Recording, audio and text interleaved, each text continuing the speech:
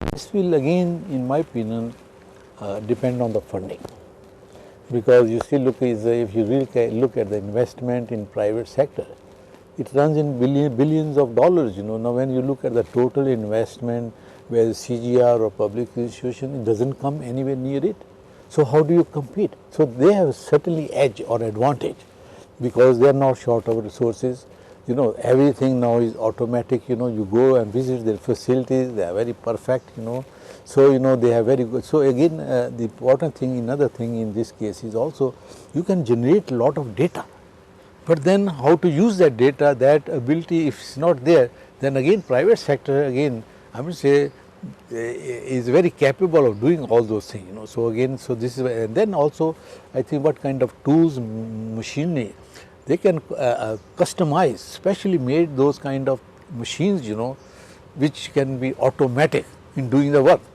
So those things are not available to everybody. So again, I think they have many advantage, because of the funding available. Then they can build up the right kind of manpower to do this. So I think they don't have the constraint. So this is something is very important. And I think if CGR have to do it, I think if you start thinking that every institution has to do this, then I think it will not be done, because the funding will be problem. But I think collectively, if we develop a center somewhere where all these, like if this fellow can provide you free service of sequencing to everybody.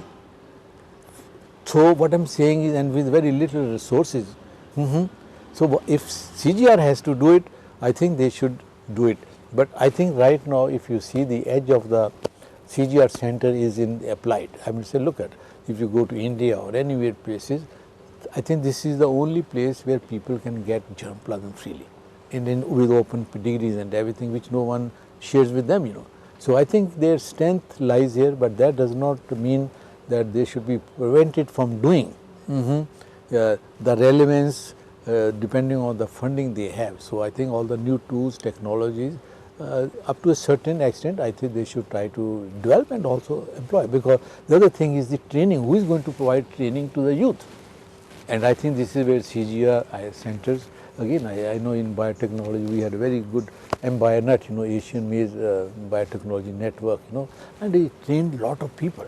So I think another thing which CGR center does is still training of the national scientists, in these kind of new areas which are emerging. So I think it's very important. So I think it's both ways, but in the new technology, yeah, they should do it, but with relevance.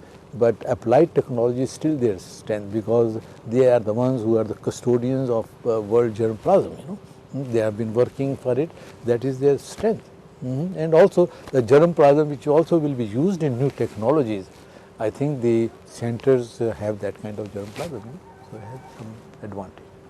Some way of finding common ground, things which they can do together, and all take benefit out of this work.